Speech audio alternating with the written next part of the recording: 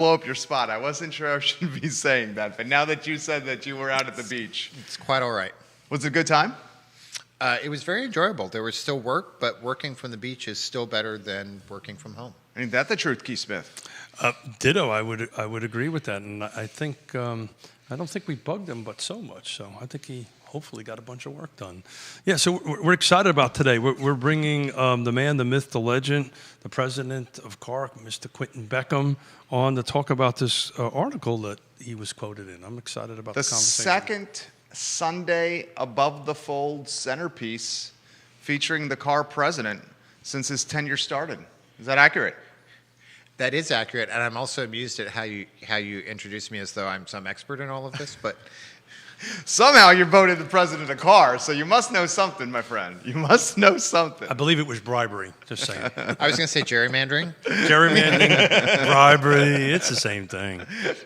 It's going to be a lively show if you guys cannot already tell. Give the show a like and a share, just like Johnny Ornalis just did. Johnny, we love you on this program. Your support is immeasurable. Thank you for being a good friend of good our people. shows. Good people. Russ, welcome to the program. Jennifer Warehen, hello. Bob Slentz, Victoria Jackson, hello. Welcome to the broadcast. Lauren Smith Barber, hello. We'll start shortly.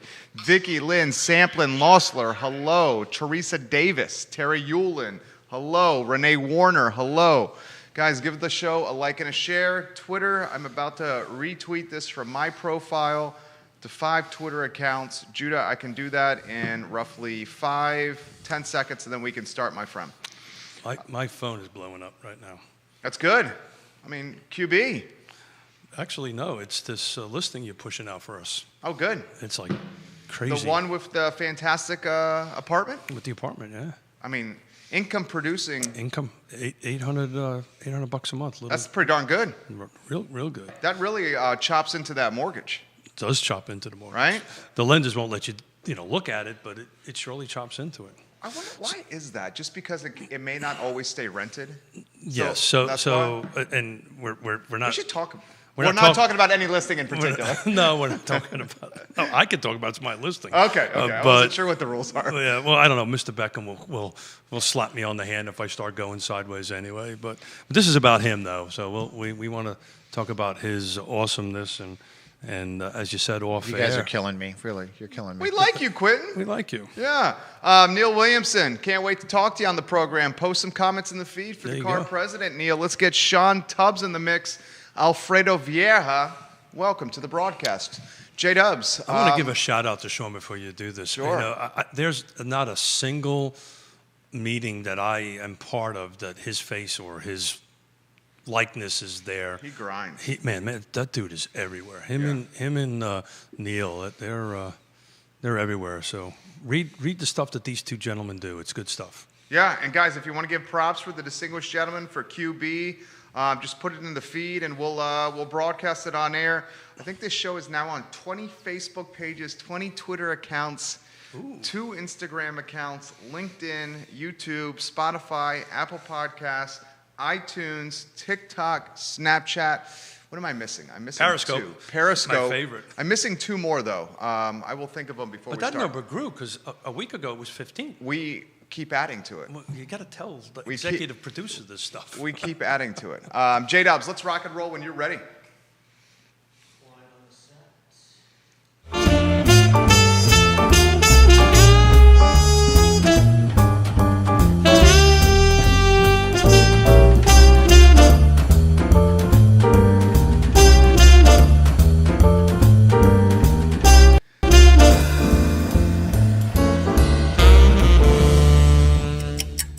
Good Tuesday morning, guys. My name is Jerry Miller, and welcome to Real Talk. This is an insider's guide to real estate, life, and the pursuit of happiness presented by Yes Realty Partners and Yes Team Realtors. We're live in Charlottesville, across the Commonwealth on the I Love Seville network, and this is going to be a lively, lively, lively show. Of course, the distinguished gentleman, Keith Smith. Thank you, sir. Of course, our director, Judah Wickhauer, and also Keith Smith.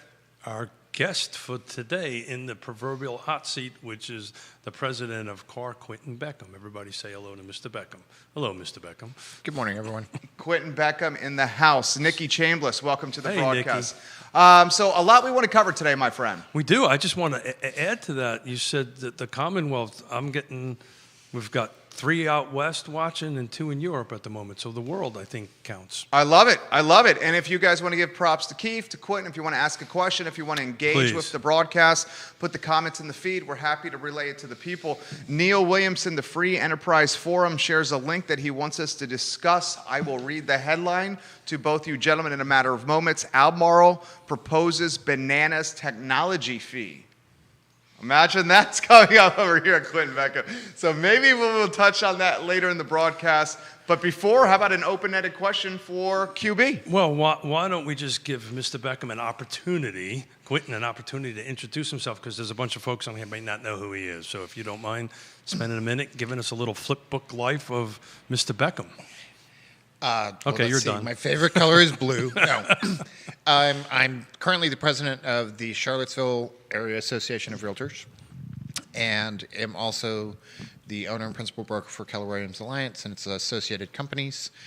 And been in Charlottesville about 10 years now, just really into the community and want to be supportive and a good representation of all the many good agents that we have working in the area. I love it. That was short, sweet, and to the point, sir. Thank you. So I got my hot little fingers, an article with your name all over it, put out March 21st, 2021. Now, let's be fair. Lisa Sturdivant from Virginia Realtors was also quoted and participated in that article. So smart lady. We love And having Lisa on here. Brian McKenzie Mack was really awesome to interview with. And helped bring out the best of us. So I'm going to do a kick off the questions. And I can say this because I've been in this real estate market since 1987, and I think Jerry kind of said this is the 2 above the fold. So 2 you're saying Sunday centerpieces. But are you saying since '87 broadband's a new thing? Broadband's a new thing. Okay. Can you allow me to ask the questions, Mr. Beckham, please? I'm sorry. But so the point I'm trying to get at, this is, at least publicly, really, my hat's off to you and kudos to you and what CAR is doing. As folks may know, I'm also on your board.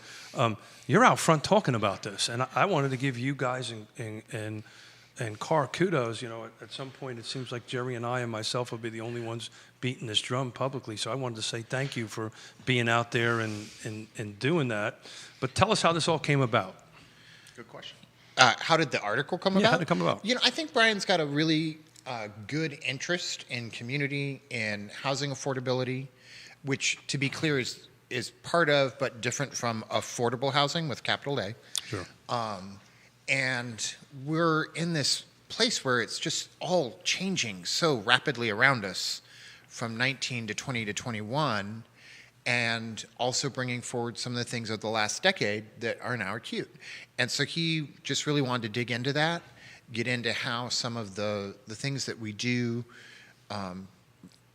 might have a negative effect on the future for the city and the surrounding counties. And we included some of that conversation to include Augusta, Afton, areas over the mountain. And it was just a really, really great chat. And a lot of, it's hard for me to look bad when I've got Lisa Sturdivant sitting there. Oh, it's just reading her providing quote. so much data. So you guys are always very gracious when I'm on, and you lie and say just awesome things about me. But to be fair, My fingers were crossed a second. oh, I didn't see the second finger. And I just think it's hard to look bad when you're put in that situation, because Brian also asked good questions. I would also add that the association as a whole, I think, has really been devoted to affordable housing for a long, long time. And the shape that takes has changed over the years, but you can go back many years where they've raised hundreds of thousands of dollars Sure. for workforce housing, members of the association on a variety of boards, from the Regional Housing Partnership to PHA. And so the involvement has always been something that the association has tried to knit into the community. Hearing it now in the newspaper with real estate being such a big deal might be putting a little bit of a yellow highlighter on it versus other times where it happened more quietly. And I think that's the point I was trying to make. It was usually in the underground, or it was very quiet, and to come out there out publicly is a big thing for Carr to do. Well, so I wanted to say thank you. What I've noticed, this is from my out of the game. Yeah, sure. Someone who does media, worked for the Daily Progress, NBC 29, etc. Previously, they were press releases sent to the outlets. Now it's perspective offered on the press release that unpacks what is in that press release. And I think now, and I don't want to assume, that's why I'm putting this, as a topic on the show. I think now, as the market has been uncertain, is fair, that what you are doing is very needed. And I think as you go through, you're seeing a lot of real estate agents that have been participants for a long time step in that regard. I want to say it was, I can't remember if it was Greg Slater or Jim Duncan. One of the two of them, sorry guys, sometimes you're interchangeable to me, also had an article in. And so I think It's probably real both estate, of them, actually. Real estate is really on the forefront of everybody's mind. And it's not like it's been completely on the back burner, but the pandemic really hit the gas pedal on people wanting to find a place that was their home, get in and settle down and establish how they were going to operate. And so I think it has just really promoted the concept that the more we know, the better off we are.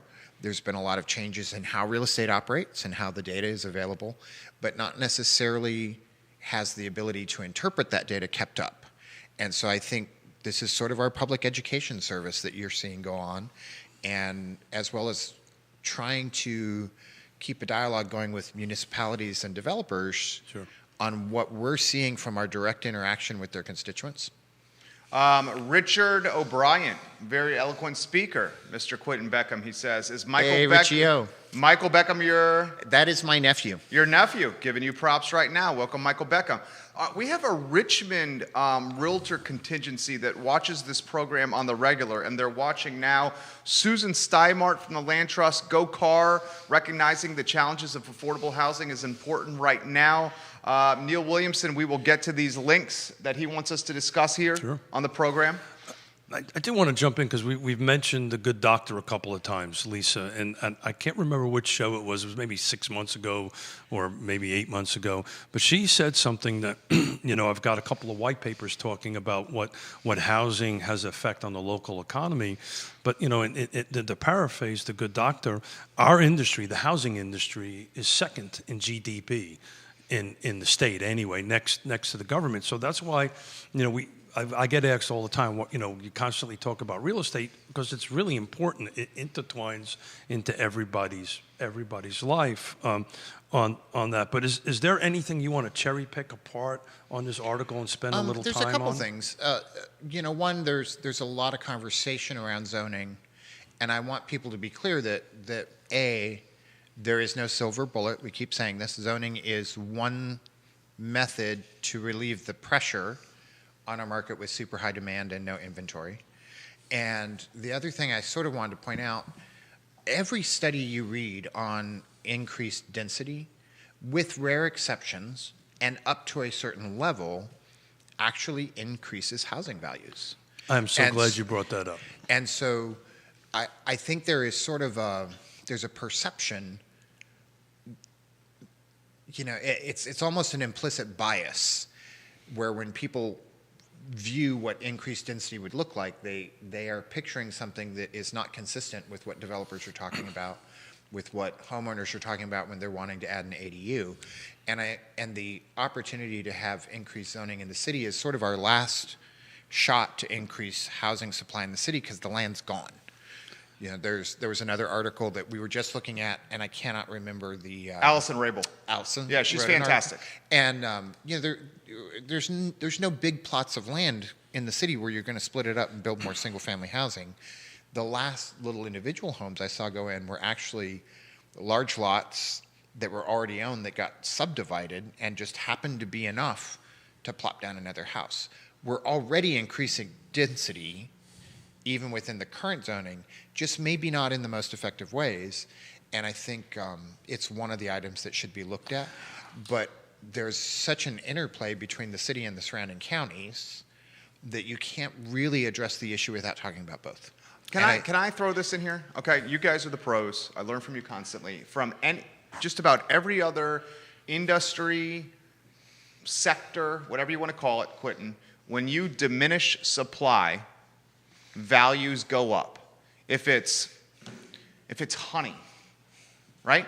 If you diminish the bees out there in the world, the value of honey goes up, right? You're saying in housing that's not the case.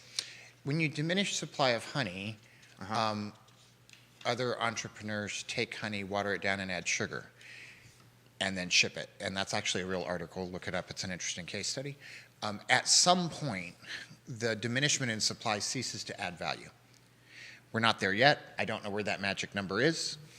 But you have to have a market that flows in order for there to be advantage. And although we might have increasing housing values, the real estate market supports the economy in so many different ways that we probably have other items that we're losing on that are as yet unrealized. And so I'm happy that people are gaining value in their homes. That's what we want. We also want people to understand that this is part of a larger mix. You know, if we are number 2 in GDP, at what point does the reduction in actual transactions begin to impact other sectors and other industries and the ability of us to continue to grow? Well, that's happening now, right? Yeah. I mean, the supply chain is as stretch as it could possibly be. Yeah, I mean, absolutely it is. And I'm shuffling papers here, and I know that it gets picked. The mic picks it up, so I apologize for those who are listening on that. But you know, I'm a little old school. I've got to actually have papers in front of me instead of a laptop. But there's a simple Google search will actually prove that out. I'm looking at a report, the Density Development Myth and Fact, put out by the Urban Land Institute, which is a combination of the Sierra Club and the AIA, the Association of International Architects. And if you go into it, it basically dispels the myths that I think we were talking about. There's another great document you can look out, put up by Housing Virginia. They put out a white paper every year that's the effects of housing on the local economy. And just to go ahead and add some context to that, you know, for every home that is sold, I believe in the state of Virginia, it produces $44,000 of additional revenue into the state, right, from different sets of transactions, real estate, buying furniture, you know, upgrading the house and so forth and so on. So there's a multiplier effect in that. And, you know, we're not economists. We'd have to bring in the good doctor really to drill into that. But every report that I've ever seen, increased density increases values. It does not decrease value. Comments coming in. We will get to these comments. Ray Cadell, welcome to the broadcast. Hey, Ray. Van, you're going to have to help me with Van's last name. Is it Beekle Raffley? Bilky Raffley. Quentin knows his business better than anyone in Charlottesville. Always a wealth of information. Thank you, Quentin Beckham. I'm looking forward to this show. Susan Steinmart has a couple of comments. You now have the progress watching you here, car president. Susan, Mr. Car President. Mr. Car President. Sorry, That's sir. only fair because I watch the progress. Sorry, sir. Sorry, Mr. Car President. Benevolent dictator will suffice. I think we need to call him benevolent dictator. I think that's what's required. So let me get to these, and then let me start throwing some of these out there because they're coming in pretty quickly. Regarding zoning, you need elected officials to support increased density. Check on the voting records to see who has supported and who did not. It is very telling. Neighborhoods that don't have garages designed and have potential to add auxiliary dwelling units. I'm right. so glad Jerry mentioned industry. The same challenge with affordable housing is also with sites for commerce. It's been the same struggle to have zoning meet the needs for affordable housing and places for industry in our community. Leapfrog development is another real issue. If no houses are available in our area, a couple things happen. 1, employers and employees go elsewhere. 2, houses get built in the suburban area, causing bottlenecks on our roadways. All that to you, QB. Go ahead, Mr. Beckham. Yes, but density solves some of that commuting issue. You know, I think you have to prioritize issues. So yes, we have to handle things in terms of transit and commuting, and sometimes those are a hassle. And there are instances where weather and other stuff impact that. Or your priority is to ensure that there's housing sufficient to support the job growth and the economic growth that we've come to enjoy, and that really the remote work and the relocation and the second home fueled 2020 in expanding our market, in expanding our tax base, and in creating increased GDP and opportunity for people that are already residents. And so if you succumb to the notion that commuting is unsurpassable as a roadblock and that traffic is insurmountable, then you put a cap on that. And I don't believe these are insurmountable things. I think that we have a variety of circumstances working together that make this seem like it is impassable. And to be fair to elected officials, there's a lot that plays into an elected official approving a zoning change. Yep. And there's a variety of committees that get involved. There's a public comment period. There is a lot that plays into this.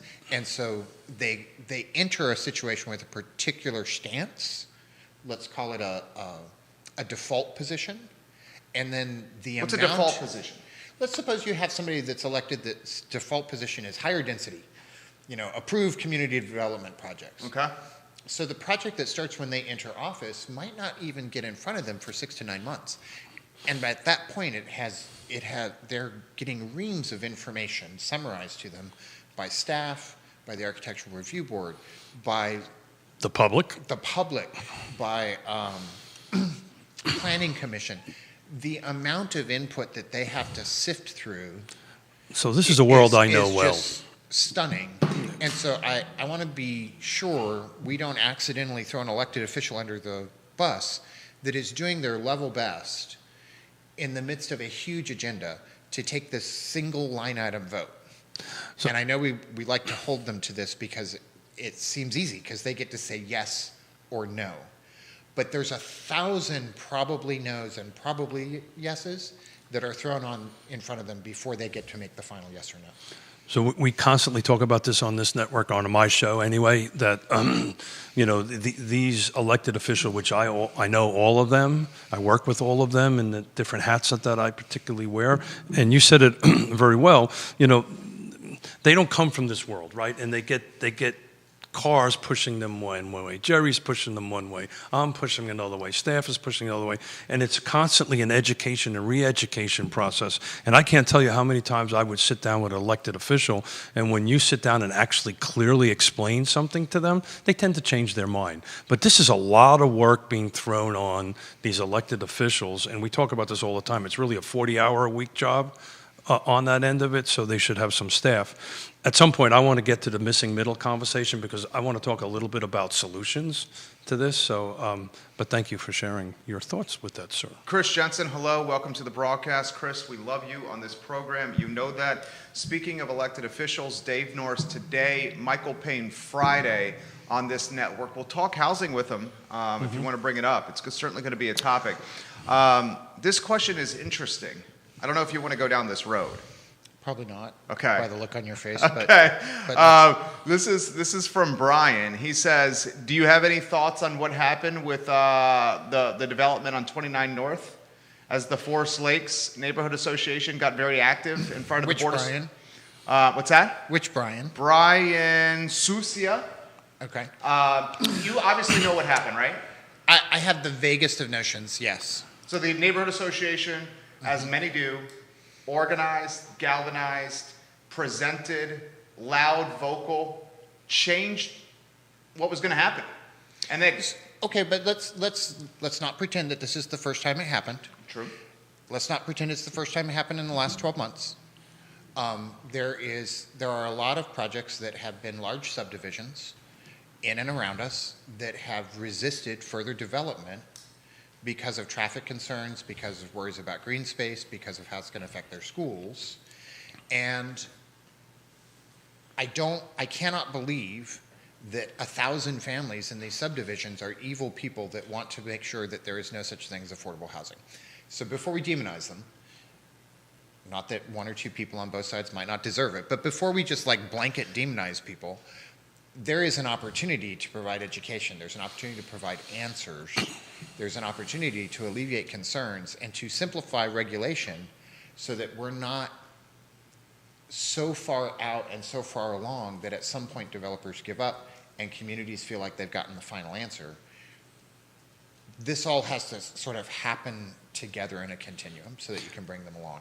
I'm opposed to the not in my backyard mentality as a default position, because I think you end up missing out on a lot of the progress and opportunity. I also think that there is great opportunity for developers to interact with the communities that they affect, and regulators and local government, so that they bring them along at the same time, as opposed to plopping down a finished project in front of them and saying, hey, we're going to do this in 6 months.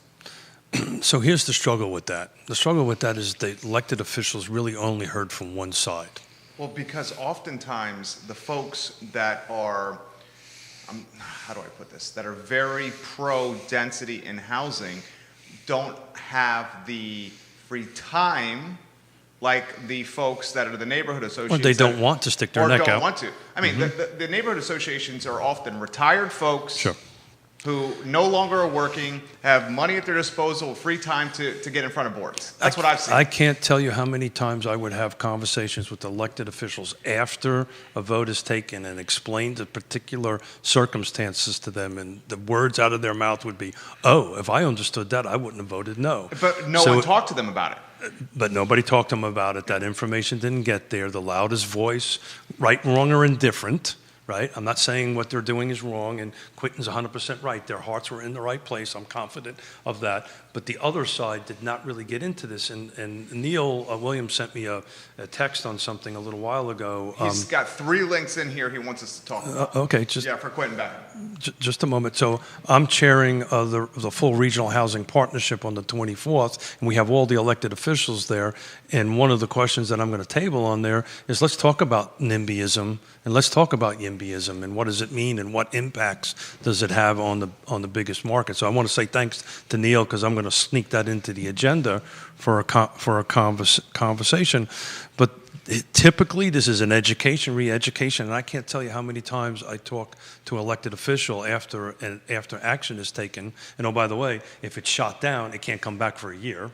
And then what ultimately ends up happening, things go by right. Which ends up happening is you end up having this land, you're going to have homes on it anyway.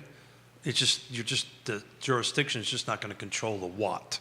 Does that make sense? That makes sense. And as Neil said, the potential new residents that could benefit from the increased density are rarely heard from. That's exactly. Oh yeah, because they're not.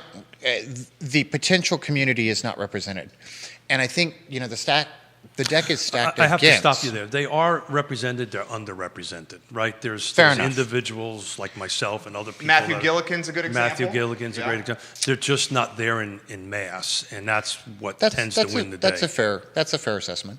I also think the deck is sort of stacked against new development when a tie vote is a no. Yeah, well, that's a whole different subject. I personally do not like even boards. Yeah, 6 in the county, 5 in the city. Yeah. When a tie vote is a no. Yeah. And the opportunity to even get to the public comment happens 9 to 12 months in the process after you've spent a very large chunk of money to get there. Sure. You're only willing to go so far. And so I do think the deck is sort of stacked against them. James Watson. Oh, hey, James. James Watson, he's a city planner by trade? Well, he's not a city planner, he's a land planner. Land planner. A challenge to increase density is that the banks want to reduce their risk and see an ROI, which creates a challenge for a homeowner or investor to consider adding affordable units to an existing single-family lot. That's a great segue. What do you think of that? Great segue. I got a comment on that. You go first. Please, no. Well, this is my brother-in-law, so I'll take brother-in-law prerogatives on this. Again, the Regional Housing Partnership on April 15th is going to be doing an actual ROI live in front of folks to understand what the numbers actually add up. Most folks don't know, what the impacts of these regulations are in affordable housing. So, please join us. Thoughts? I just think they're very onerous, and they're getting worse. Yeah. Add the technology fee that just is working its way through. Yeah. And again, we're talking about stacking the deck against development. You're creating more intrinsic costs that don't relate to an actual product that, like James was mentioning, banks now have to finance and figure out a way to get a return on. But ultimately, what will happen is if these projects will not get through the system, and we won't get to this missing middle concept where on a single-family detached lot you could put 3, 4, 6 units on, and they work. They work out west. It's super successful on doing that. What's going to happen is these projects, these tracts of land, are just going to go by right. They're going to be big houses. They're going to look like the three of us on this call, on this live webcast. They're not going to meet the people that really need the help on it, and it's just going to take a piece of property out of the inventory of trying to create this, what I refer to as a healthy housing system. I really don't like the word affordable housing personally. Well, because affordable housing is entirely too vague these It means days. different things to different people. Right. And we're going to tackle this on the 24th. Hopefully, I might not be chairman after I We throw just need that a out. definition of it. Well, the problem is it means something different to you. It's different to Quentin Beckham, different to Keith Smith. I feel better when we talk about housing affordability. Yeah, I agree. And we recognize that when we say affordable housing, that's capital A, and that really requires government participation. So the reason I prefer a healthy housing system, because it's basically housing for all, right? Everybody who wants a home should be able to have one and afford one. And this missing, this density question that we've been dancing around is the only way to get there, because otherwise you're just going to end up with these larger by right homes that are just not going to be able to do it. And as you know, the ADU conversation, I've been very much so involved with nationally, auxiliary dwelling unit, and the places that they have adopted this really aggressive policy, it's working. The numbers are proving it. Susan says this, and I can piggyback on this. Typically, public comments on upzoning are usually those not looking for affordable housing. Those who show up for hearings are not having to get to multiple jobs and struggle to pay their monthly rent. The NIMBYs end up having the loudest voice to the detriment of the greater community. I saw this firsthand in our neighborhood in eastern Albemarle County, getting on the board over there myself, and the organization that I saw from the neighborhood to oppose Breezy Hill. It was huge. Dude, it was like, Sure. They had social media, they had e-newsletters, they had direct mail. So just they imagine, were organizing in person. So just imagine, 2 hours, 3 hours a week in person. I mean, they were running it like they were running a business. So just imagine you're the elected official for that particular district. You are trying to get through a budget. You're trying to put food on the table. But get reelected. Well, you got reelected. You have all these different things, and they just get hit at this from this perspective. I mean, I can't tell you how many times where staff would staff, these people that professionally do this, say, this project makes sense, it meets all our criteria, it meets all our comprehensive plan, and then you have what you just described, and it just derails it. And then at the end of the day, it's going to end up going by right, and the people who we're trying to serve, it's just going to be left out of the equation, left out of the conversation. Pam O'Brien giving you some props right now. Quentin Hey, Beckham. Pam. Neil says potential new residents not only don't vote, but potential new residents are often the quietest voices in the room, which is something we're talking about here. So, Quentin, what do we do? Where do we go? How do we solve this? Ooh. Oh, well, that's a very simple question for a very complicated problem. I think you have to break it down into how do we make progress. So it's really easy to see that in the city, your options are a little narrower. There's not land sitting out there doing nothing in the city that you can build houses on. So you're talking about zoning, soft zoning, ways to increase some of the density so that there's better opportunity for increased home ownership. But I can't help but wonder when we move out to the county level, how much of the resistance from these HOAs, and again, I have a hard time demonizing them, which I think happens frequently. You shouldn't, because in their heart they're doing this for the right reason, right? And they believe what they're doing, and you should. That's a beautiful thing. The problem is we don't hear from the other side. That's the problem. And to answer the question in a short answer, and not to cut you short, Mr. Beckham, what we're doing here is helping that conversation. And the other side is often represented by the developer, and unfortunately the developer, and a lot of times, has a perception that is not always the most friendly. Well, but let's back up. let's back up. I think we're 2 steps ahead in where the problem starts. If your opportunity to develop in Albemarle County is only in 5% of the county, Well, there you go. and that 5% overlays where we've already developed, you're setting yourself up for an argument to begin with. You're setting us up for failure. So I can't help but wonder, if that 5% were located in a different area, if that 5% were 10 or 15%, if the 5% for residential wasn't the same 5% for commercial, would we have all of these same issues? Because if I'm a member of an HOA and we've got a beautiful community and everything's working fine, and there's 200 acres of empty land over that little hill, and you want to build 200 units on the 1.5 acres in the middle of my community, I might be pointing over that hill going, no, what about that? And I don't know that that's an unfair question.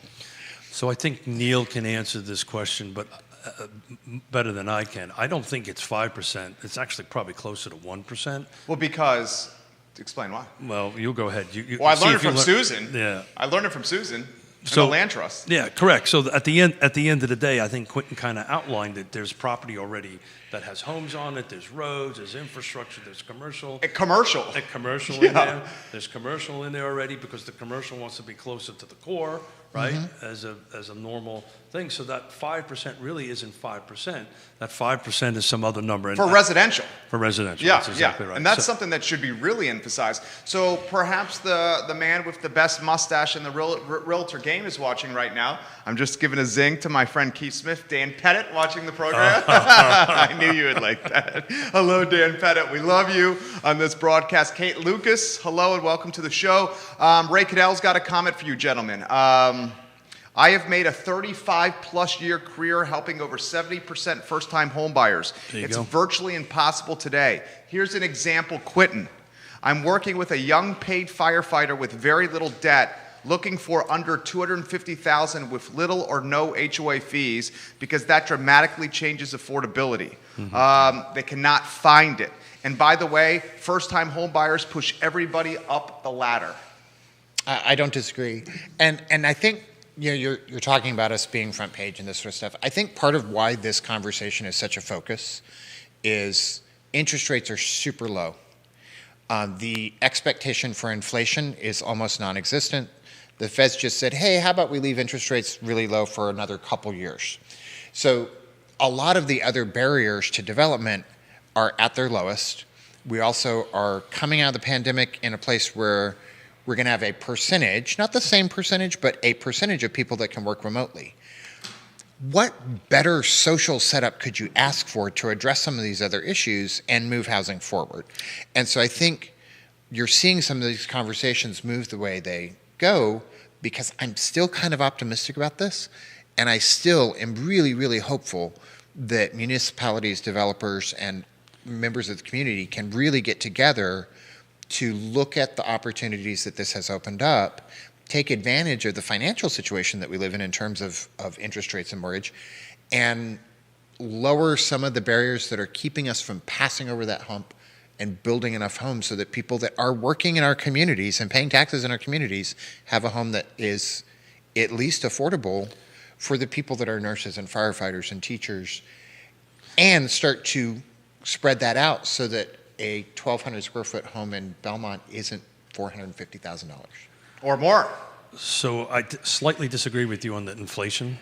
I think we're dealing with some inflation as well. But. Well, particularly in the new construction field, right? So if you carve that out, inflation has hit that pretty hard year over year. I think we're talking different things. You're talking about cost of goods? Yeah, he's saying cost of goods are going up. Got it. And he's attributing that to inflation and lumping them together. But you can say that we do have some inflation. You can say we're seeing... really? I think we should look that up. But it's not a bad thing, though. I mean... Inflation's not necessarily a bad thing. Well, let's throw this to you here. Neil is answering our question. He says it's way less than 5%. He says with biscuit runs, stream buffers, roadways, and commercial, it's nowhere near 5%. Right. Yeah, somebody once had an actual number, and I can't remember what it. So I think, when I think about this, and I think about our developers, and I'm coming from this from a very low level of understanding of everything they have to go through, but we want communities with green space. We want communities with good roads, and we want them reasonably placed. That's all got to get paid for somehow. And when you add a 4% technology fee, when you've bumped 10% just to get through the application process, that's a park. That's a bench with a tree next to it. That's sidewalks. Well, that's what we're going to talk about in this ROI, what that impact has on the end number. But there's a thing called time, right? Time is the problem here, right? Because any new project at this particular point, depending on the jurisdiction, is anywhere between 2 to 6 years from the time it starts to the point that they actually can build a house. And what's going to happen in 6 years? Market's going to change. So what's happening is these developers are trying to hedge their bets on what the future might hold on that end of it. So we talk about this on the show all the time. You know, I've been an advocate of figuring out a way to turn red tape into green tape to do that, and it seems like the jurisdictions that have done that have been successful in this. But one way that we can relatively easily increase density with the least amount of pain and process is this missing middle concept, right? Because we're not developing, they're there. These homes are there, these lots are existing, these infill lots are existing. This Belmont, what was it, 1,200 square foot house on this eighth of an acre, whatever the size of the lot is, if I can put 2 more units on there or 1 more unit on there, then I've just doubled density or tripled density, and I don't have to develop. It's a simple zoning change from the county's and or the city's perspective. And I know I had Judah put up a diagram so people can have a visual of what this particularly looks like. But, you know, from my perspective, that's the easiest way to increase density without having to go through these larger subdivisions. At least it gets the ball rolling in the right direction. What do you make of these comments? This is pretty good stuff right here. Susan, you make good comments on this program often. Many more developers are seeking by right development to get reduced development review time. The drawback is affordable housing goes away. The time value of money is a key issue depending on the length of the approval time. She's a smart lady, isn't she? QB, any thoughts on that one? I agree. I think that's what I was trying to say in my feeble way, but that's exactly right. And again, looking at the path of least resistance, that's why this missing middle concept is so important. And some of the Western states have really adopted this plan. Neil says, for what it's worth, the bananas technology fee will go to the Planning Commission public hearing tonight at 6 p.m. I'm assuming there's a link. Yeah, he did. There is a link. He's the link king. In the feed. Content slinger. Comments, put them in the feed. Go ahead, Mr. Smith. Well, I think we fully got to Mr. Williams' questions or comments? Well, he's shared a handful of links. Should we throw those on air? Yeah, sure, if you'd like to. The first one was, and you've touched on it a little bit, the technology fee. Anything more you want to unpack with the technology fee? Read his blog. He did a really good job of breaking that down, and we're essentially applying a citywide improvement, or a government-wide improvement, I'm sorry, that we're making one department and one set of clients that uses that department pay for. And it's coming out of the worst place when you're putting it against these developments. Anything? It doesn't sound like a great idea to me. You guys, how about this comment? Okay? This is from a mom of 2 that's a renter. Her name is Laura. You guys routinely talk about home ownership, but you rarely talk about home rentals. Mm-hmm. You guys rarely talk about that rental prices are skyrocketing and pricing us who can't afford to buy a house, even out of the rental market. Why do we not talk about rental prices going up, just like we talk about home prices going up? Wow.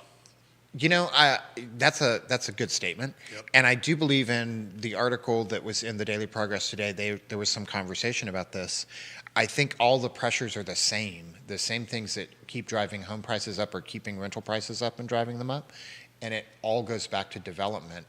And when I think of housing affordability in my brain, and I don't express this well, I'm including the fact that people need to rent. And I'm including rentals in my brain when I say that. I know the latest projects that got approved in the last year still have a starting price of $1,200 for a 2-bedroom. Oh, that's insane. And go up to $1,800, $1,900. And That's a hell of a lot of money. So the basic concepts is the same. If it's in this particular case in rental, it's very much so a supply and demand scenario. So the fact that the jurisdictions may not be approving rental projects, or they're harder to fund at this point in time, because multifamily projects are very difficult to fund on that end of it, and it's driving the rentals up. You know, even though we don't talk about rentals specifically, the impacts are the same. I think that's what Quentin's trying to explain. What same impacts are happening on the residential or single-family detached side also impacts the multifamily side. I mean, all you got to do is ask Chris Henry when his project he was trying to get approved, which he did successfully, at Dairy Market or Dairy Central. You know, what the jurisdictions put on restrictions for them raised the rent up, and the rent just keeps on climbing. So it's kind of wrapped in together.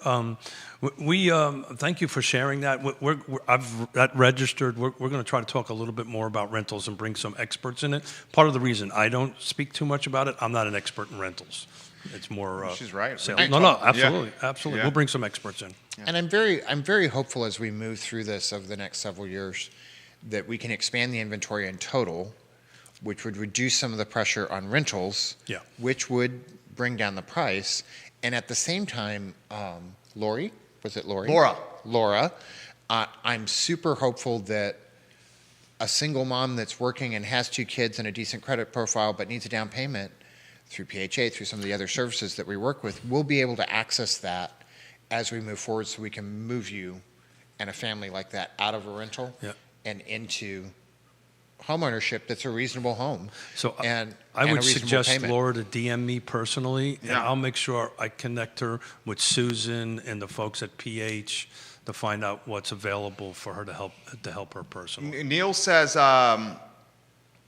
NIMBYs are opposed to additional rentals as well, just for what it's worth.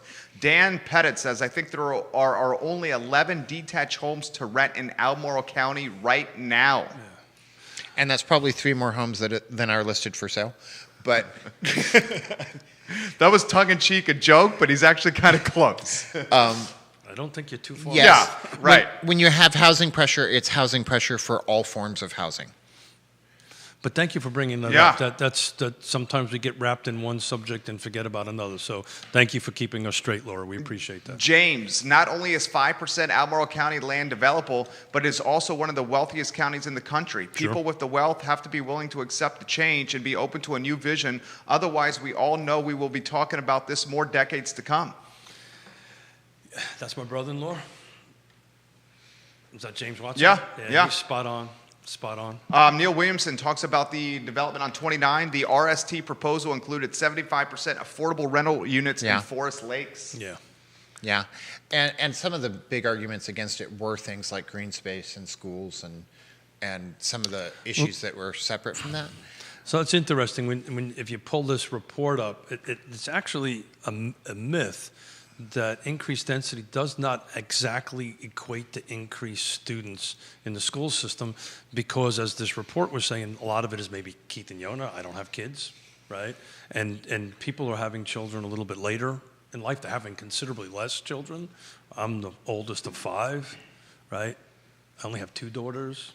You know, it's not an uncommon thing. Well, that's what he said in the Sunday centerpiece, that couples are having kids later than they did, say, what would you say, 25, 30, 40 years ago? Oh, I mean, that's a standard theme. If you dial back time to 1987 when Keith graduated with his master's, and if you dial back time to 87, people got married younger and had kids sooner. And the more we've moved forward in time, people are taking more time to do those things. But I think it's important we remember we have an entire generation that has come of age and is the primary first-time homebuyer that is a huge population. They're also probably the most internet, remote, broadband savvy generation out of the ones that are toddling around right now. It's interesting that I didn't bring a report with me, but when I was reading the NAR, they come out in April of this year, which is the 2020 numbers.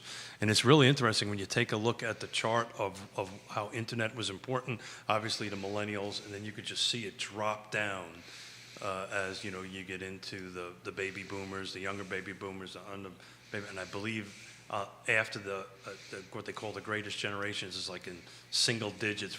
On our generations, it's almost 100%. It's pretty interesting how important that is.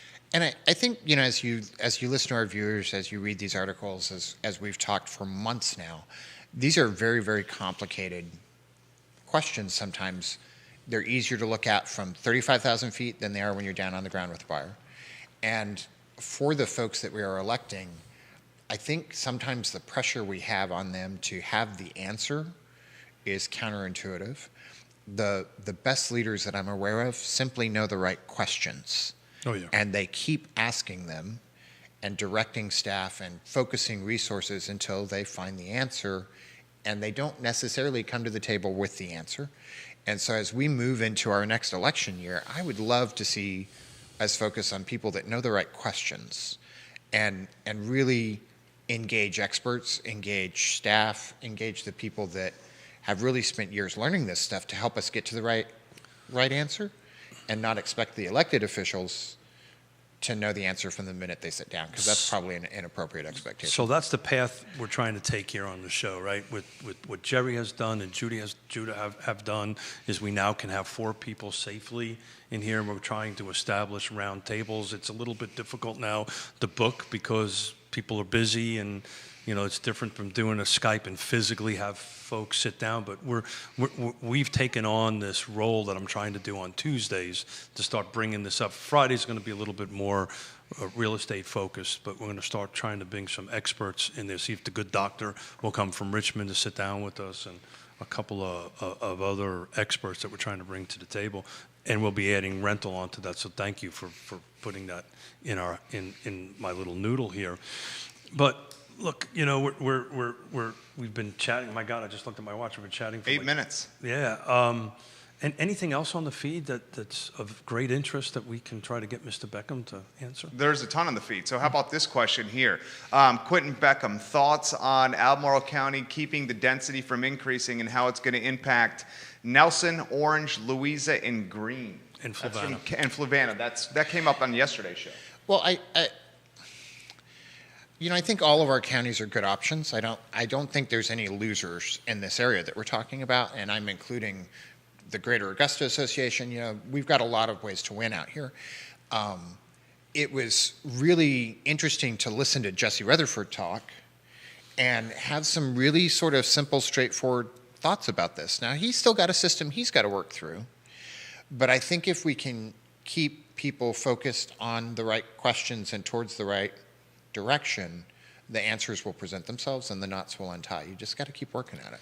I can share a direct result of that interview is some conversations we're having with folks looking at opportunities in Livingston and Nelson County to do that. The answer to that question in my vernacular, unfortunately, if the core doesn't change the way it's thinking, the term that I'm not a big fan of is going to happen. You're going to drive till you qualify, and that's where. And I can tell you, there in a simple search, there's in the pipeline in these surrounding counties are projects. There's projects in the pipeline. There is, and that's where it's going. And I think we talked about this on the show about gas and going up, and I don't think it's going to change the buyers out there or the renters out there. They're just not going to spend the discretionary dollars at a restaurant. Christine just said that. We live in Gordonsville. We're 20 minutes from Pantops. We spent $300,000 on our house. If we were to buy this anywhere in Charles Fort, Albemarle County, it'd be 2 times that. Sure. That's a lot of gas. And I think when we talk about counties and the cities and how they interact, this I hope we view it that this isn't an opportunity for counties to win people into their jurisdiction. It is an opportunity for counties to serve communities. You don't think this is an opportunity for like a Nelson? I think it will happen, Okay. but this isn't a competition to win the tax base. It's an opportunity to serve the community and grow the tax base as a result of that, and grow the county and its services as a result of that. And I think when we approach it from that point of view, it is a commonwealth for the common good. I think when we approach it from that point of view, it's easier to have these conversations. So I'm going to make another shameless plug for the regional. It's called the Central Virginia Regional Housing Partnership. We have every single one of the jurisdictions there, and I can tell you, it is opposite of what you said. They are working collaboratively to figure out how to solve this problem, and there's cross communication between Nelson and Fluvanna and Louisa County and Fluvanna and Albemarle County, and we're actually trying to bring in Augusta County and Waynesboro into this. So there isn't this competitive thing that, hey, we're going to steal all the people. They understand that this is a regional problem, right? And, you know, frankly, we've got UVA at the table, which is the heartbeat of this issue on this end of it. And UVA is contributing how? Well, they contributed by having a voice at the table, right? And I can't. Action-wise, how are they contributing? Well, I can't talk about it because I sit on it, but I've restarted up the incentive that they've done, and I suspect that at the end of the day, the game plan will be is they'll probably send out some RFPs for some land acquisition so we can help solve this problem. But UVA's at the table, which is huge. Very huge. Are we looking at it from the wrong lens? Should the lens be, instead of expanding, maybe it's obviously a both. I'm just doing this for the sake of a talk show. Why aren't we focusing more on reliable, more ubiquitous transportation that would narrow the region and then maybe deprioritize someone needing to live in a city or the county of Albemarle? We talk about this all the time on the show. You can't have this. They go hand in hand. You can't have this Yeah. conversation with three items in it, which is the one we're discussing, transportation. What has been done housing. over the last 20 years to make transportation more reliable and accessible in this region? That's a great question. I do not have an answer to that. Like, what is the transportation? Yeah, there isn't. There's Right. park and ride, right, which I know about. There is jaunt, right, where you can do that. And there's the local bus services around Charlottesville and maybe UVA, and that's about it. But there isn't any mass transportation on it. I know. Should this be a private play? Well, technically, jaunt is a little bit private. You know, I believe it's. I have to bring in Brad in to ask that, but I don't. Brad doesn't work at John anymore. I did not know Yeah, that. I would say you should do a little. Yeah, it was a very unceremonious exit. I apologize. Yeah. Should transportation be privatized? I don't know enough about it to tell you. I know that if you look at conversations about equity, transportation plays a big role in that, because particularly in the non-remote work kinds of jobs, your ability to travel from point A to point B and its limits often determine your income. And so there's as you know, we're having this conversation about housing affordability. This ties into conversations about equity that are tied to conversations about transportation, that are tied to conversations about broadband. And we mention the municipalities a lot, and you know, there's conversations that really focus on them, not because I'm trying to throw them under the bus, but I think the only way to bring all these things together and really move forward in a meaningful way is to have a place where people can come together, and that's government. And in particular, the local municipalities can move faster than some of the larger stuff. And any opportunity to do that as we move out of the pandemic, there's more vaccines coming, people are going back to work. I had to go up to the second level of the parking garage to park for the first time in 14 months. Things are picking back up. If we don't grasp the opportunities that are in front of us and move forward, now we'll be paying for it 3 or 4 years down the road. Nelson didn't just suddenly decide in November to put in broadband across the county, and now they're 10, 12 benefiting years from ago. it. It was the work of years. Yeah. And so we need to look a little bit further forward and be a little more progressive about how we view housing in and around the areas that we serve.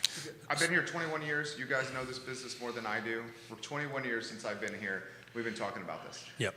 We've been talking about affordable housing. We've been talking about transportation. We've been talking about how this area is getting more and more expensive and it's pushing people out. I've been talking about it since 1987. Yeah. So pivot a little bit off of the housing thing. You kind of just reminded me of something, Quentin. Kind of feels like there's a positive vibe going out there, right? Are you seeing that? Are you two gentlemen seeing that positive? Talking consumer confidence. Consumer confidence, thank you. Well, you know me, I always find positivity. Yeah, sure. Yeah, all of us. It's my middle name. Yeah, see, is that tongue-in-cheek? Hold it. I genuinely look for it. Is that tongue-in-cheek from That's this a little man? bit so I believe it's a Benevolent dictator. dictator, but what's the now middle name in that? Benevolent positive. Positive dictator on that stuff. Well, I mean, just I'm just a simple guy. I just take a look at simple things, and I was telling off air Friday a week ago. Yon and I wrapped up at work around 7:30 on a Friday, and there was any half a dozen restaurants we could get a table. This Friday, I couldn't find one. We were at Shadwell's on Sunday. All the outside seats were full. I'd say 30% of the dining room was full. The second part of it is on Saturday, I had to go into the office to pick up some paperwork at the X building, and they had a concert there. And that whole parking lot was full. Couldn't find a place to park, which I was super excited to see. So it's kind of feeling like it's You agree? turning. This man's been vaccinated. Congratulations. That's right. I do agree things are picking up. We've got a long way to go to recover all the jobs that we lost, but I don't think a lot of those will come back. I'm hoping they pivot, and I'm happy for the uphill. I'm happy to be looking up instead of looking down. That's said. Well, I mean, a week ago, this week, a year ago, it was a very different animal than it is at the moment. And I'm just trying to attack it at a high level. It just feels like there's some positivity going out there, which is great. I mean, we had just from a real estate end of it, Jan and I had an open house on Sunday. Yeah. And thank you to the push out that you guys have done here. We rolled on it at 1:45, and there was 12 cars waiting to get in. Wow. Right? Everybody was super safe. We had COVID protocols. Is that the norm? For us? It is for us. Well, no, I meant the interest. That many cars before it started. I will tell you, I can't remember. I think the last time we did an open house was, God, I can't remember. Pre-COVID, right? I think we've done one since then on it. But yeah, it was out there. Everybody was super positive. It helps that it was a 70-something degree day and the first day of spring. And you did a hell of a job pricing the listing, and it shows well. Well, Mrs. Smith did a wonderful job. I was traffic cop. That's all I was doing was directing folks, so everybody was safe. We only had a group of... You did a Facebook Live from there. Yeah, it may have showed up sideways, but you did a Facebook Live. I tried. I could tell. I was impressed. You gave it a whirl. I gave it a whirl. Yeah. I did not realize the phone has to be on vertical, not horizontal. Somebody should have maybe helped me with that. I wasn't there that day. But next time I will turn the phone around. So it was on a gimbal, and I had it anyway. We'll go ahead and do this. You know, today was fun. Today was a serious subject, right? To get out serious things. Maybe a little bit of the banter was kind of missing in the thing, but I think it was there. But it was important to us to get Quentin out there to talk about this article. This is a super important subject to have the conversation around. The only way I know how to kind of turn this around a little bit is to talk about it, to show up at meetings, make your voice heard. So not the NIMBYs, and I'm sure these people, the folks that do this, have their hearts in the right place, but they have to hear from the other side, right? Otherwise, it's just a one-sided conversation. What do you think, QB? I agree. I'm really hesitant to pick any one person and throw them under the bus. Sure. We're real estate agents. The public trust level for us is very, very low, and I don't really feel like I deserve that necessarily. And so I want to bear in mind... I believe it's below used car salesman, if I remember the last stat. Which might be my next profession. And, used cars, they're a big deal right now, too. But it's true. I don't want us to throw anybody under the bus. I want us to understand that there are opportunities that are not being explored, that there's roadblocks that can be removed, and that this can benefit everybody. There is a middle ground in here, and I would really love for folks to start working towards it. I'm asking a tough question. Okay, tough question.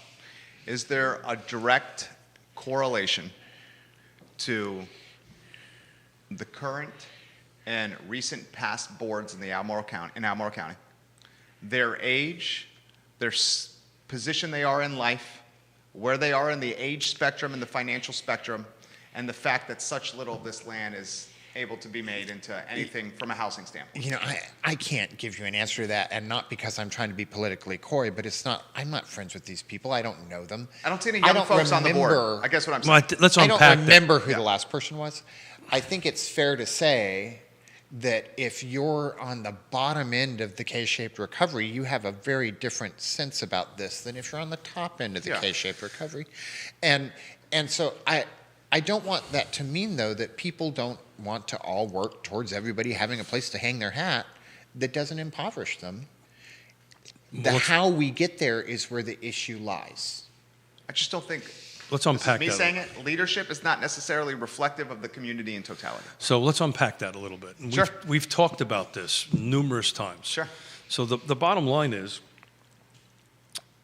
you know, we joke off air about all this stuff, but in order for you to run for office and get an elected office. Oh, I'm not. Don't joke about it. Okay. Yeah. But my concern as a friend is that you're doing 72 hours a day to run a business. Sure. You know, the people that have the 40 hours a week time to run this are generally your retirees, right? Or somebody that can afford the time on it. And this comes directly down to, and Sally Hudson tried to pass this in 2019 and it got shot down, is actually trying to increase the salary of the Board of Supervisors so that Michael Payne actually can afford. Michael Payne makes $18K as a city councilor. Can afford. A year. I believe it's less than that, actually. I think that Albemarle County Board is 16.2, mayor's 20, city councilors are 18. Got it. Thank you for correcting me. I've looked into it. But the point is how can you survive on $18,000 a year? You got to have another job. Correct. Yeah. So there was and Sally made a bill and it didn't go anywhere to increase it because it has to come from the top down, right? Because Dillon Rural State to go ahead and filter itself down that way. But if you can, you know, if you can do that, then you will get more representatives of folks. You get younger people for sure that can afford to do this. Who's the youngest person you remember being on the Albemarle County Board of Supervisors? I don't know. I can't remember. Can you think of one person in your lifetime in this area that was under 40 on the Albemarle County Board of Supervisors? I don't think I can. There's been one African American in Albemarle County history on the Board of Supervisors. I wouldn't count what I'm saying as the gospel. I just can't at the moment think of it. One African American in the history of Albemarle County on the board. I would think the city has the youngest. Yeah, Michael Payne's under 30. Right. I can't. Jesse Rutherford. That's Nelson County. I understand. I'm just thinking of the jurisdictions around here, trying to figure out who is some of the youngest folks on there. You know, it's you can count it, of all the 6 jurisdictions, you can probably count the young under 40 on 2 fingers. One hand maybe. Anything? But well, I feel like you're putting forward youth as a qualification, and it certainly doesn't hold true in this room. So I don't know why in other places it would. I think diversity serves us in every. That's what I was going. In every report, in every study, diversity serves communities. It serves businesses. It serves boards of directors. And so, if the board, whether they're 25 or 70, if they all look the same, we're probably not getting the best answers. That was my point. I think, Quentin, maybe I didn't do such a good job of it, but that's kind of my point I was trying to make is diversity. I think you both said it. I was trying to say it in you less put it than very 4 succinctly. sentences. Yeah. That was the point I was trying to make. And Neil says the youngest one. He would know. Brad Sheffield. And I just responded to him. Who is the youngest one in the history to serve? And we'll see what he has to say. You have a very busy schedule today, don't you? I have a busy schedule every day, which is why I was chuckling when you were talking about people that make less money than me that are expected to know all these things and make really sound decisions. Because I have a pretty good staff of people that, whether it's firsthand or secondhand, work for me. Oh yeah. To help educate me and provide time, and yet I still run out of time. You and I are very good at delegation of work. Okay, so this is something that just came up. This is from Susan. Thank you, Susan, on this. Neil, jump in on after I say this. Neil Williamson. Susan says Chris Dumler out of the Scottsville district, if I remember, Susan, was 25, but Chris unceremoniously got booted from the Board of Supervisors. But he was, I think, the youngest. 25 out of the Scottsville district. Correct, I think he's right. And he did not serve his full term. Well, but the question was who was the youngest, and Yeah. I think that might be it. Nicely done, Susan Steinmar. Yeah. And I would encourage us, I often defer, everybody's always very helpful and complimentary to me, We have to, but this whole dictator thing. I know, it's because of the fear. Wait till the tenure is over, Quentin. Yeah. Don't stop being afraid. Do not stop being afraid. But I think there's a lot of experts that lead up to the things that people get to stand up front and talk about, and I hope we give them the space to do that. If you're on this feed and you don't know what's going on, get on the Free Enterprise Forum blog and read. Just read and go back in time. It's super informative, and I think even as I listen to us in the room talking about HOAs and NIMBYs and boards of supervisors, it's so easy to accept a common definition and generalize and walk forward without really taking the time to study and understand. That's social media. That is social media, and I'm on it right now. Damn it! And well, it's like anything. It gets used for good and not so much. If we focus on the questions and we focus on the problems instead of having those get subjugated to idiosyncrasies of the people, I think we'll make better progress than if we stay focused on the idiosyncrasies of the people. If this topic is important to you, get involved, get engaged, reach out. Because what's happening here is, somebody like myself, I'm in these folks' faces all the time. I'm having conversations with them all the time. Neil is doing an excellent job all the time. Quentin does an excellent job all the time. You do an excellent job all the time. But it's the same set of faces and the same set of folks that's doing it. New folks need to get engaged, and even if it's a simple email, right, or a simple phone call or text or Facebook post to share your opinion on it with these elected officials, because they just don't know. And after a certain point, Liza's saying, wrap up, Smith. And, anyway, the only way I can beg from my heart, please get engaged. Right? Please do it. As whatever amount of time you can afford, please do it, and it'll make a difference. I love it. Today was a good show. It was fun. Anything we're missing? You did a good job. You always do. I just looked at my watch. We're 15 minutes over. Right. First time. Just fun doing this. He's Keith Smith. He's Quentin Beckham. Judah Wickhauer. Liza the dog is the rustling you heard. She's probably the smartest in the room over here. We love you, Liza the dog. My name is Jerry Miller. This show presented by the Yes Team Realtors, Yes Realty Partners. And if you look at the strip on the bottom of this screen, it's the supply chain of trusted advisors in the game, whether it's Charlottesville Settlement Company, Interstate Pest and Service Companies. If you want to celebrate purchasing a house, closing at a deal, go to Dairy Market, go to Dairy Central, go to the Milkman like you did. Celebrate for a cocktail. An open house. Have a cocktail after a successful open house. Exactly. You did. It's an interesting thing. To talk about that open house, I may get myself into a little bit of trouble here, but it produced 3 contracts. That's great. So our open house is back? I don't know. That's another topic for another show, isn't it? I think we're Did you late. see the look from Quentin right there? What's this button, Judah? What is That's this? the abort button. What does it do if I unplug this? This is the abort button.